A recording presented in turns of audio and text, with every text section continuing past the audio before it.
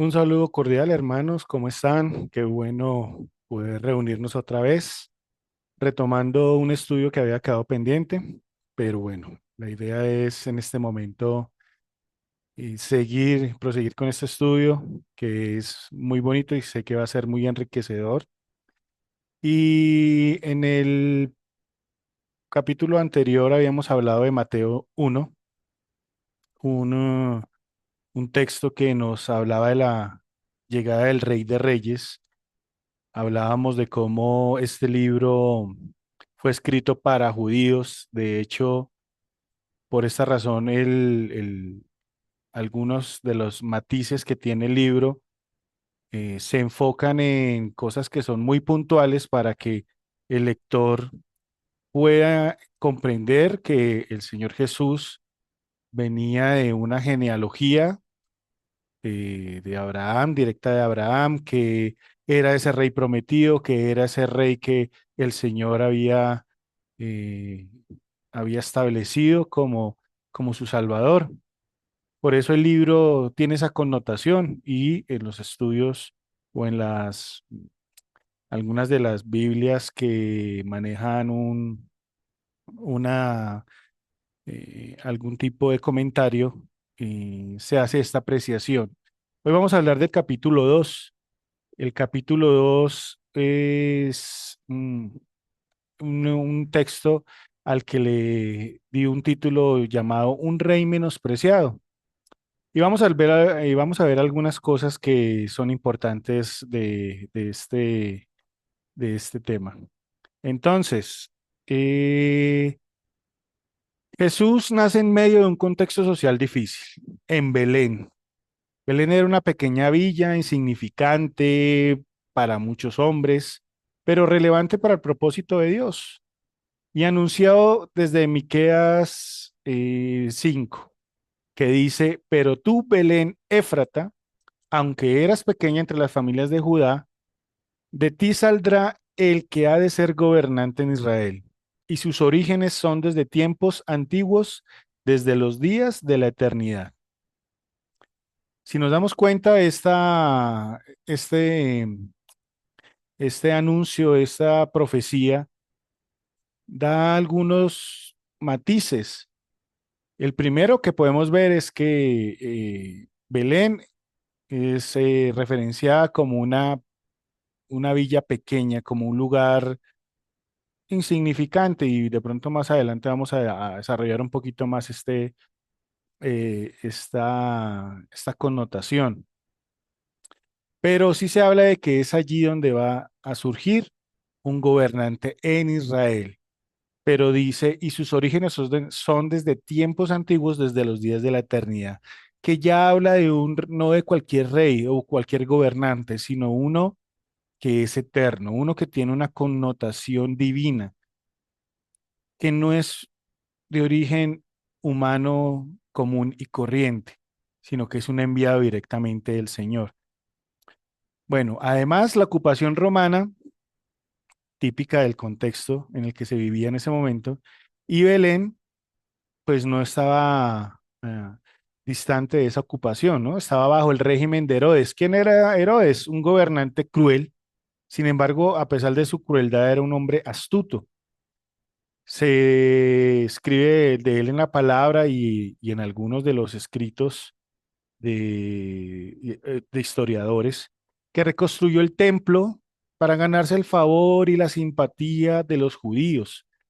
Sin embargo, esto no lo terminó bajo su mandato, porque se habla de que el templo estuvo más o menos 43, 46 años más o menos, terminó en construirse o en reconstruirse, pero sí fue una obra que este hombre empezó. De hecho, Herodes fue reconocido por su trabajo a nivel de infraestructura.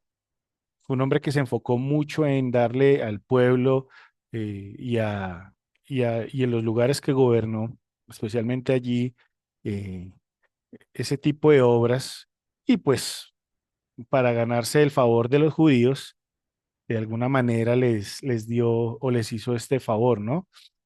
les hizo esa promesa y sin duda se las cumplió, aunque repito, él murió y no había terminado esa obra, sin embargo, él la comenzó. Sí, también fue un hombre sanguinario, egocéntrico y que quiso pasar por creyente ante los magos.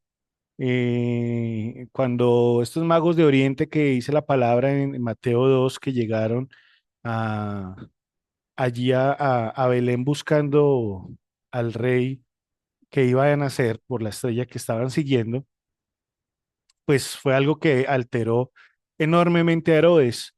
Los hizo llamar, les dijo, ¿cómo así? Un rey. Sin embargo, él pues no demostró su angustia de una mala manera, sino que se hizo pasar o quiso pasar por un creyente que también quería honrar a ese rey que iba a nacer. Tanto así que le dijo a los magos, bueno, vayan y cuando lo encuentren me avisan que yo también quiero ir a adorarlo. Pero pues ya sabemos que simplemente fue una jugada de Herodes para, para poder encontrar al Señor Jesús y matarlo. Pero este es más o menos y a grosso modo uno de los, o algunos de las cualidades, si se puede llamar así, o de los atributos de este hombre Herodes. Y Jesús fue recibido con agrado y suma atención por magos de la región de Persia. Estos hombres se dicen que eran tres porque, bueno, algunos lo relacionan con la cantidad de regalos que trajeron, que incienso, que la mirra, que el oro. Entonces eran tres, pues algunos asumieron que eran tres hombres los que llegaron por la cantidad de regalos. Sin embargo, la palabra no es claro en este sentido. Pero sí se habla de que eran hombres de la región de Persia que no eran, evidentemente no eran judíos, no eran creyentes, pero sí tenían el conocimiento por sus artes, eran astrólogos y bueno, siguiendo la estrella, entendían que un suceso que era inusitado, que no era común, estaba por suceder y que esto significaba la llegada de alguien sumamente importante y a lo que ellos le atribuían alguien especial como un rey. De hecho, por eso sus presentes. Aquí nos damos cuenta de cómo Jesús fue recibido con agrado por este tipo de hombres, contrario a la ligereza de su propio pueblo. Es increíble. Y la idea con este estudio es hacer un paralelo con nuestras vidas, porque hay muchas cosas de las formas en que el Señor llega a nuestras vidas y que se relacionan mucho de cómo el Señor llegó a esta tierra. Cuando el Señor Jesús nació, la ligereza, por decirlo así, del pueblo para recibirlo, o ese poco, o ese poco conocimiento, no era propio de alguien que esperaba a su rey, a su Mesías y a su pueblo. Por las circunstancias también, porque tal vez era un pueblo que había perdido la esperanza, estando bajo la sujeción de Roma, estaba en un escenario difícil, complejo, políticamente subyugados, militarmente pues ocupados en su tierra, y aunque los romanos respetaban algunas cosas y ciertas creencias del pueblo judío, evidentemente, pues no dejaba de ser un imperio que había subyugado al pueblo judío. Y pues eso era muy complejo y digamos que se le puede atribuir hasta cierto punto esa, por ese escenario el hecho de que el pueblo de Dios no estuviese tan atento y no estuviese o no entendiese el momento en el que el Señor estaba llegando. Entonces, básicamente, y de una forma muy somera, este es el escenario de la llegada de nuestro Señor Jesús. ¿Sí? Un lugar difícil, un pueblo menospreciado, pequeño, con un pueblo que no le recibió con, con el, con el valor que debió haberle recibido y digamos que casi que pasó desapercibido. Mm. Entonces, con este contexto, vamos a hacer algunas apreciaciones con base también en lo que habla el libro de, el capítulo 2 del libro de Mateo. La primera apreciación y haciendo, como les decía ahorita, un paralelo con nuestras vidas y a la par, pues ir repasando algunas de las cosas y de los escenarios y el cómo allí el Señor llegó y de lo que se habla el capítulo 2 es que los propósitos de Dios no están limitados por circunstancias adversas. Por el contrario, muchas veces son una herramienta útil en las manos de Dios para cumplirlos. Esto es difícil de entender para nosotros como seres humanos, porque siempre se nos ha querido hablar de un Dios de amor y de amor, pero entendemos muchas veces y lo entendemos mal de que ese Dios de amor no va a permitir cosas malas. Y Dios se vale de muchas cosas o muchas circunstancias difíciles, adversas, o lo que llamaríamos malo o complejo, para cumplir sus propósitos. Recordemos la vida de José. Lo que para José en algún momento fue una situación difícil, para Dios era una situación que tenía detrás un propósito y era llevar a un hombre a unas circunstancias y a unas situaciones para ponerlo en un lugar donde iba a salvar a su pueblo. ¿No? Entonces los propósitos de Dios, aunque a veces sean complejos de entender, siempre tienen detrás un propósito perfecto. No dejemos o no tratemos, porque el ser humano nunca va a limitar a Dios, pero sí lo limitamos en nuestra mente.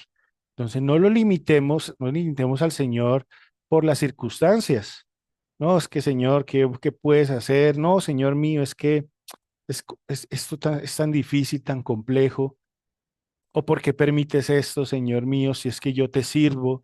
¿Cuántas veces uno ha escuchado personas así, ¿no? Que dicen este tipo de cosas o piensan este tipo de cosas. Y como que el hecho de que hagan algo por Dios, piensan que de una u otra manera es como un cheque en blanco, ¿no? Entonces yo ya te di algo, Señor, entonces tú tienes que retribuirme de buena manera lo que yo estoy haciendo por ti. Y nos olvidamos de cuál es nuestra posición. Somos siervos del Señor. Hay unas traducciones que hablan de que nos hemos vuelto esclavos, hemos dejado de ser esclavos del pecado para volvernos esclavos de nuestro Señor Jesús. ¿Por qué? Porque ahora tenemos un nuevo Señor. El Señor no somos nosotros mismos, no cambiamos de Señor. El Señor antes era el pecado, ahora nuestro Señor es el Señor Jesucristo. Pero eso nos habla, nos sigue hablando de sometimiento, nos sigue hablando de sumisión, nos sigue hablando de que debemos estar en humildad de corazón bajo la sujeción del que ahora llamamos nuestro Señor. Entonces, si Él es nuestro Señor, debemos confiar en sus propósitos, debemos confiar en su obra, debemos confiar en qué cosas y qué circunstancias el Señor permite o no permite, porque a la final el Señor siempre tiene un propósito y no es fácil entenderlo. No es fácil. Y a veces tratar de entenderlo es meternos en terrenos a los que no estamos llamados a meternos. No debemos tratar de entender a Dios siempre. El Señor sabe y el Señor entiende y conoce nuestros caminos y Él va a buscar cumplir sus propósitos de una u otra manera. Entonces, lo menos sabio es resistirnos. Solo el Señor valoriza o dignifica a algo o a alguien insignificante cuando le llama o lo usa para sus propósitos. Recordemos la palabra en Primera de Corintios 1, 27, 29. Pero Dios prefirió usar las tonterías, mira esta versión como lo habla, ¿no? Pero Dios prefirió usar las tonterías de este mundo para avergonzar a los sabios y prefirió usar a los débiles de este mundo para avergonzar a los poderosos. Ojo con esa palabra, ¿no? ¿Usar a qué? A los débiles. Dice el 28, Dios prefirió lo que el mundo cree que no es importante. Recordemos a Belén. Lo que desprecia y lo que no significa nada. Prefirió todo eso para destruir lo que el mundo cree que es importante. Dios hizo esto para que nadie pueda alabarse a sí mismo delante de él. Otra versión dice para que nadie se jacte delante de él. Y ese es un paralelismo también de nuestra elección y salvación. Si nosotros hemos elegido al Señor es porque dice la palabra, Él nos eligió primero, Él nos llamó.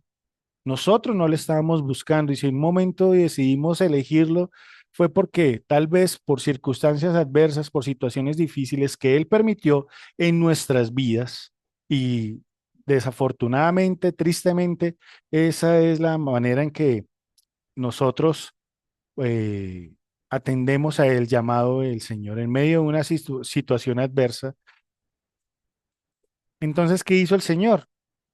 Permitió esa circunstancia para que nosotros pudiésemos atender al llamado que Él nos estaba haciendo.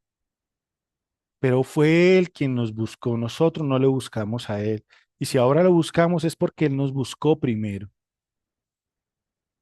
Nosotros debemos entender que Él es quien nos ha dignificado, nos ha dado un valor nuevamente.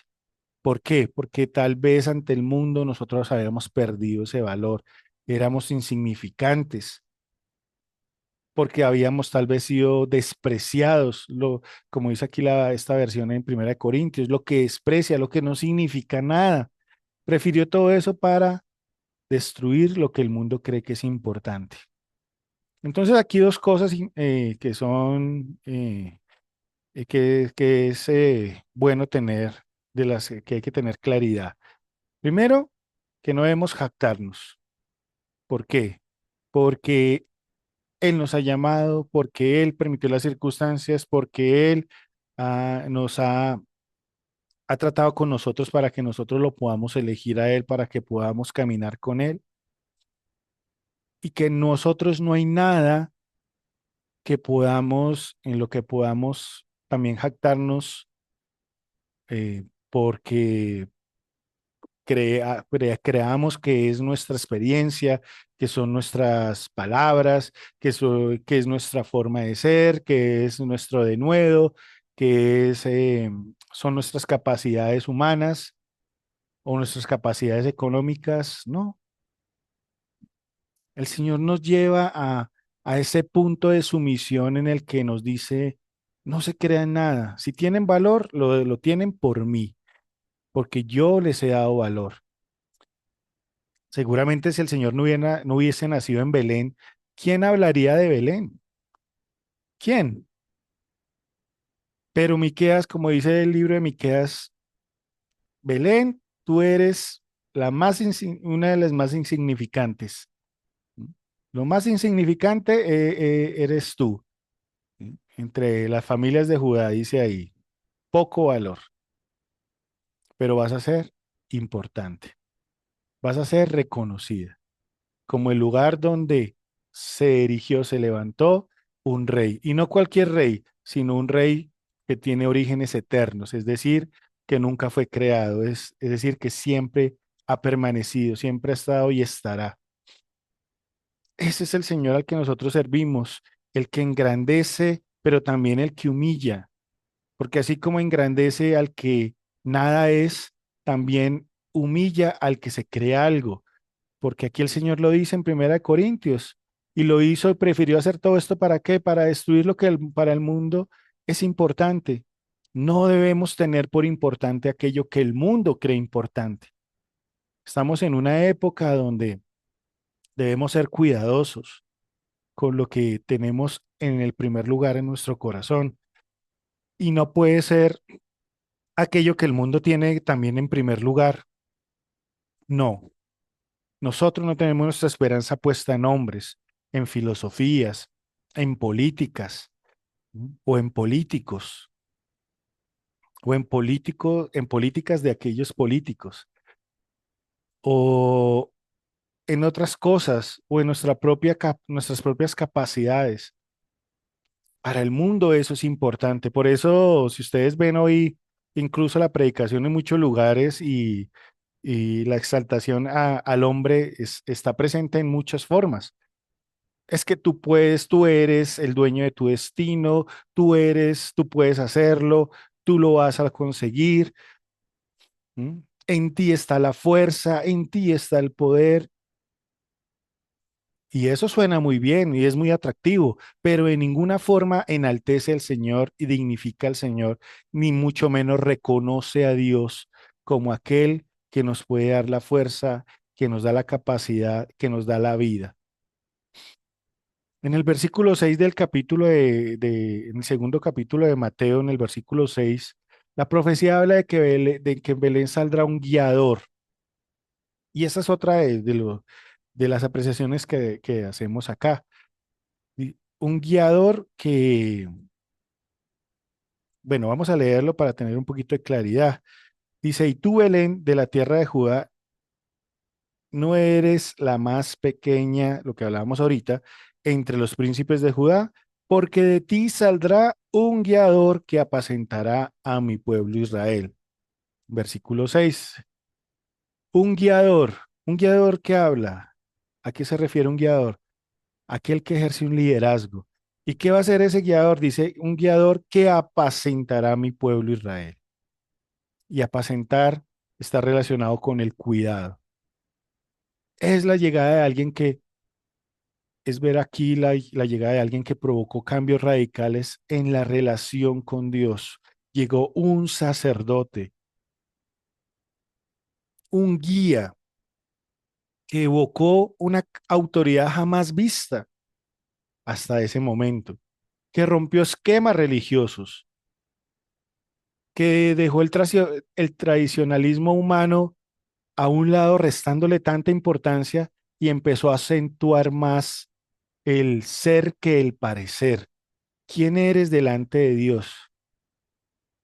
El Señor siempre, y lo vamos a ir viendo a medida que vayamos profundizando en este estudio, el Señor siempre, si algo atacó del sacerdocio, de su pueblo, de los escribas, de los fariseos, era eso, que parecían, pero no eran.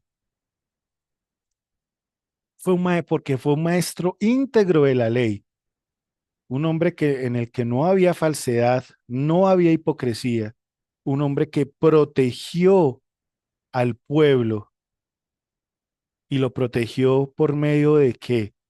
De sus enseñanzas, lo protegió haciéndole entender que debía volver su mirada a Dios, que esto no se trataba simplemente de tener actos religiosos o de tener una vida de, de, de ritos y de cosas que a la final no tienen un valor como a muchas veces el hombre lo cree que sí lo tiene. Y el Señor que les está diciendo, vuelvan a poner su esperanza solo en mí, dijo el Señor Jesús. Vuelvan a mirarme a mí, a Dios, al Padre. Una atalaya del juicio también fue. ¿Por qué? Porque empezó a advertir al pueblo de, del juicio que venía para aquellos que no se arrepintiesen, de aquellos que no creyeran en Él. Era un vocero del mensaje celestial y un enviado fiel a cumplir el mandato de Dios. Y lo convirtió en el único Salvador para la humanidad. Y ese Salvador, ese Dios, está atento a nuestras oraciones, presto a dirigirnos siempre. ¿Quién es el Señor? Es el guiador, es nuestro líder. Él es el que debe guiarnos y nos va a guiar siempre por medio de aquel que dejó también, que es a su Santo Espíritu.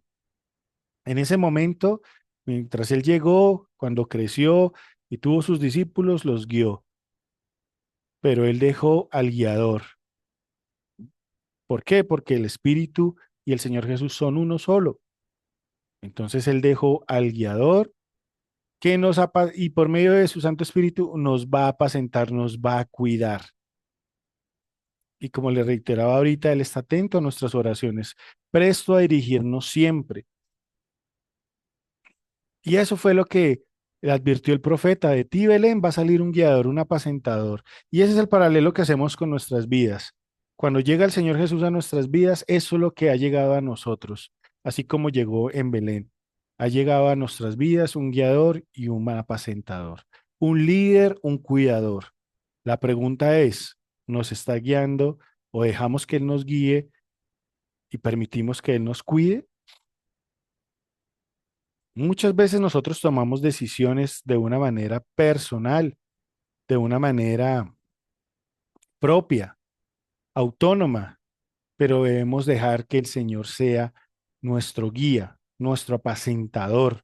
Y eso no es fácil porque nosotros como seres humanos muchas veces tenemos que luchar con la altivez, tenemos que luchar con el orgullo, con ese egocentrismo que nos lleva a creer que nosotros tenemos las capacidades, que nosotros tenemos el poder de hacer las cosas, que nosotros podemos cuidar de nosotros mismos, cuando no es así.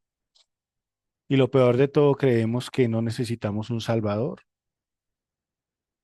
Entonces, algo que también vemos en el libro de Mateo es que una de las mayores armas útiles del enemigo es infiltrarse y parecer.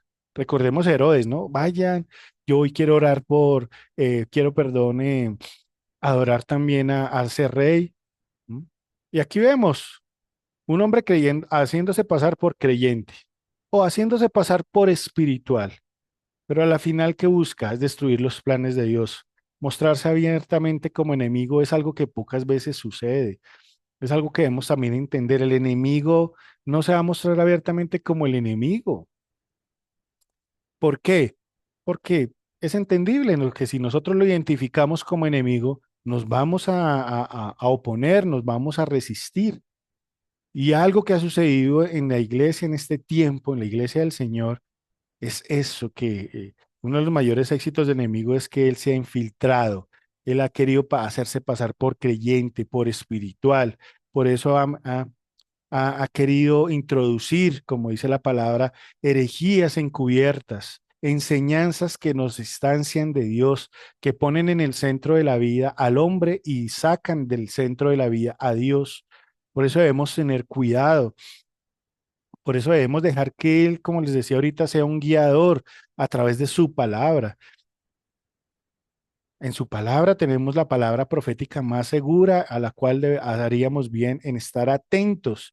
Y estar atento es que es conocerla, es estudiarla, para que no seamos engañados, para que no seamos distanciados del Señor, para que no empecemos a poner nuestra confianza en cosas o en personas que no, en las que no podemos ni debemos confiar. Mateo 16 lo dice: desde ese momento Jesús comenzó a decirle a sus discípulos lo que le iba a pasar. Tendré que ir a Jerusalén y los líderes del país, los sacerdotes principales y los maestros de la ley me harán sufrir mucho. Vea cómo el Señor empieza a advertirles y les habla allí con la verdad. Allí van a matarme, pero 3 días después resucitaré. Entonces Pedro se llevó a Jesús aparte y le reprendió por hablar así. Imagínense, lo reprendió. Eso no puede sucederte, Señor, que Dios nunca lo permita. Jesús se volvió y le dijo: Pedro, estás hablando como Satanás. Hay otra versión que dice: apártate de mí, Satanás.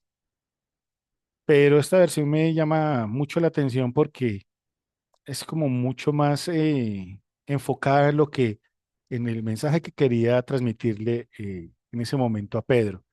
Dijo: Pedro, estás hablando como Satanás. ¿Y por qué? Dice: vete.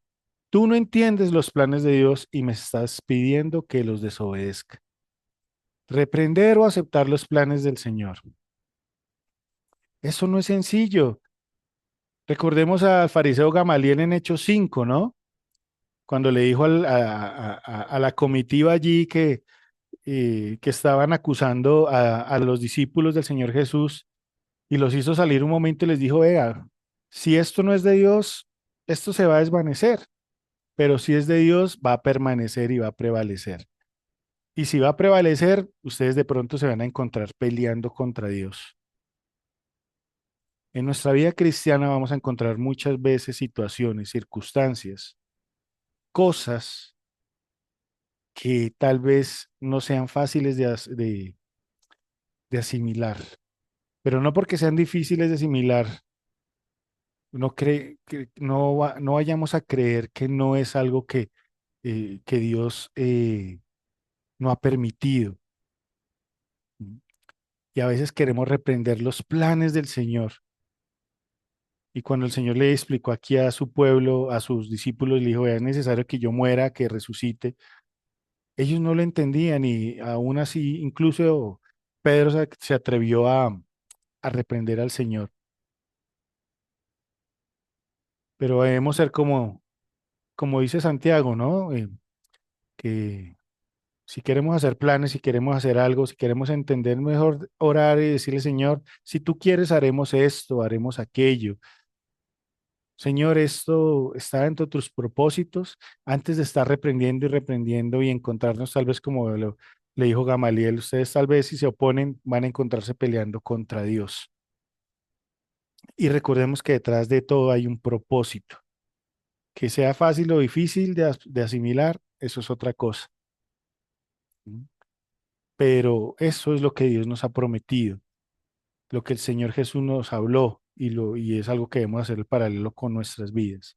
Desde su nacimiento se enmarcó la prioridad y la importancia del Señor Jesús sobre todo. Eso se ve reflejado en las palabras proféticas, en su adoración, en su propósito.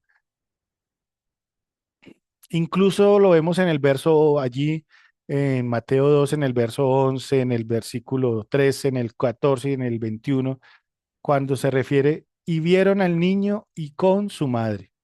No habla de que vieron a la mamá con el niño.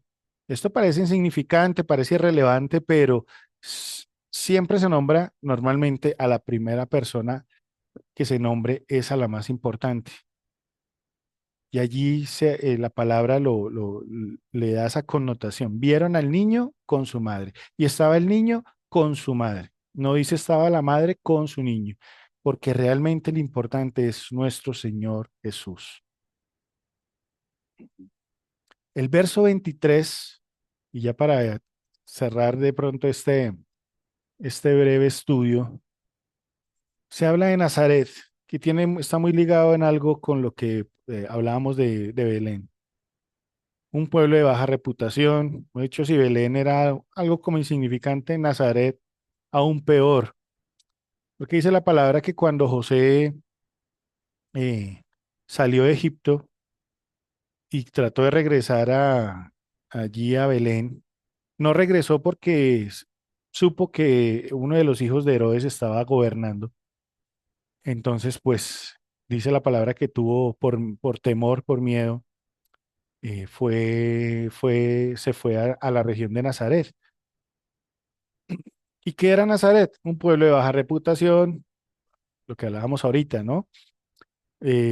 ¿Cómo el Señor puede engrandecer a algo o a alguien? Jamás nombrado en el Antiguo Testamento, este pueblo de Nazaret. Incluso el término nazareno era en ese tiempo algo, eh, el que le llamaran nazareno significaba o traía una connotación despectiva y era usado para referirse a alguien que era despreciable o detestable. Incluso algunos le dan a la razón o lo relacionan más bien, o es la razón por la que se relaciona con el Salmo 22, 6, 8, donde se habla de despreciable, como hablando del Mesías, de que fue despreciable. Y en Isaías 49, 7 también, o en Isaías 53, 3, de poca importancia. Eso es lo que es el Señor Jesús para muchos en este tiempo, no solamente en la época en que nació nuestro Señor Jesús, pero en este tiempo el cristianismo, al igual que de que el pueblo de Nazaret es algo que es despreciable, de poca importancia, es algo que se menosprecia socialmente. Incluso uno de los sacerdotes en algún momento dijo, oiga, ¿de Nazaret puede salir algo bueno? ¿Acaso de Nazaret puede venir algo que sea decente, por decirlo así? Pero aquí nos damos cuenta de cómo nuestro Señor Jesús nos llama, nos elige, nos da un valor, porque socialmente somos menospreciados, despreciables, hechos a un lado, y el Señor nos da una importancia y nos llama a que tengamos presente que Él, Él tiene, con todo lo que Él permite, hay un propósito. Y eso nos habla de soberanía, de que al Señor nada se le sale de las manos, de que el Señor está en control de todo. El Señor está en control de nuestras vidas, de nuestras circunstancias, de nuestros caminos, que debemos confiar en Él, que más allá de las circunstancias que sean adversas o no, nada limita su obra. Muchas veces debemos procurar más evitar reprender al diablo y más buscar orar para tratar de entender lo que Dios está haciendo. Y con esto termino, hermanos, porque si ustedes se ponen a pensar, cuando usted se pone más a reprender al enemigo, usted le está dando más valor al enemigo. Usted de una u otra manera está queriendo decir, es que parece que el enemigo se le metió por la ventana al Señor y está haciendo estragos, está dañando los planes de Dios. ¿Qué clase de Dios es en el que crees? Un Dios que tiene todo en orden, pero que salió por algún momento, salió o se descuidó, o se distrajo, y entró el enemigo y desordenó todo. ¿Ese es el Dios en el que crees? ¿O crees en el Dios soberano que, a pesar de lo que aparentemente las circunstancias muestren, es un Dios que está en control? Yo creo en un Dios que está en control. Yo creo en un Dios al que el enemigo no se le mete por la ventana. En momentos difíciles de mi vida, esto ha sido de gran valor para mí, porque he tenido la capacidad de, entendiendo que Dios tiene el control de ir a decirle, Señor, confío en ti. Eso es fe. Fe es confianza también. Fe no es simplemente como muchos a veces no lo quieren vender, hacer las cosas o negarme a las cosas o a las circunstancias. Es que yo tengo fe que todo esto eh, es obra del enemigo y que Dios mágicamente lo va a cambiar. No, fe es confiar en que lo que Dios está haciendo, aun cuando permita situaciones difíciles o adversas o que no entendemos, Dios está en control. Dios estuvo en control en el momento en que nació el Señor Jesús, en las circunstancias en que nació, aun cuando para muchos eran difíciles, no eran las más idóneas, no eran las más adecuadas, pero Dios estaba en control. Este es el tiempo de reconocer que Dios está en control, de decirle, Señor, yo reconozco que no te he visto como un Dios soberano, porque a veces he visto más poderoso al enemigo y he pensado de una u otra manera que Él está haciendo las cosas y tú como que tienes que venir a organizarlas y volver a darles un orden porque se te salió de control esto, Señor. ¿Por qué pasan estas cosas en mi vida? Y empezamos a hacer lo que hizo Pedro, ¿no? A tener la osadía de reprender al Señor. No, Señor, que eso no acontezca. No, Señor, ¿cómo va a pasar esto? Lejos de ti estas cosas. Suena espiritual, ¿cierto? A veces suena como Herodes, ¿no? Yo quiero ir a adorarlo. Vengan y me avisan cuando es, o como Faraón cuando el pueblo quiso salir y Faraón le dijo a Moisés, no, sí, vayan allá. saquen sus cosas y oren por mí, pero regresen. Oh, qué espiritual suena. Tengamos cuidado, hermanos. Un rey menospreciado, y a veces lo menospreciamos creyendo que no tiene el control de todas las cosas cuando realmente él sí las tiene.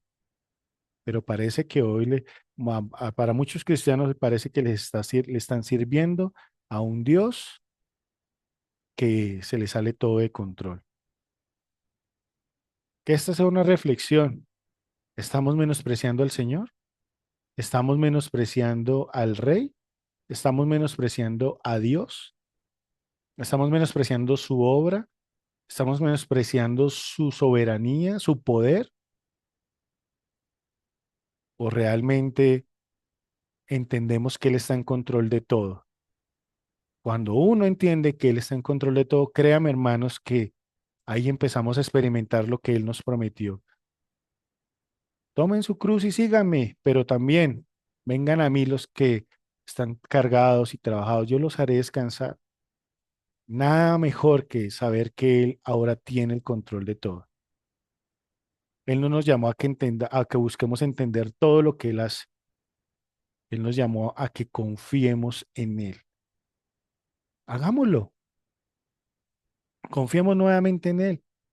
Devolvámosle a Él la soberanía, no porque la haya perdido, pero devuélvele la soberanía en tu corazón al Señor y reconoce que Él está en control de todo y que tú no puedes hacer nada más que orar y más que decir, Señor, yo confío en ti.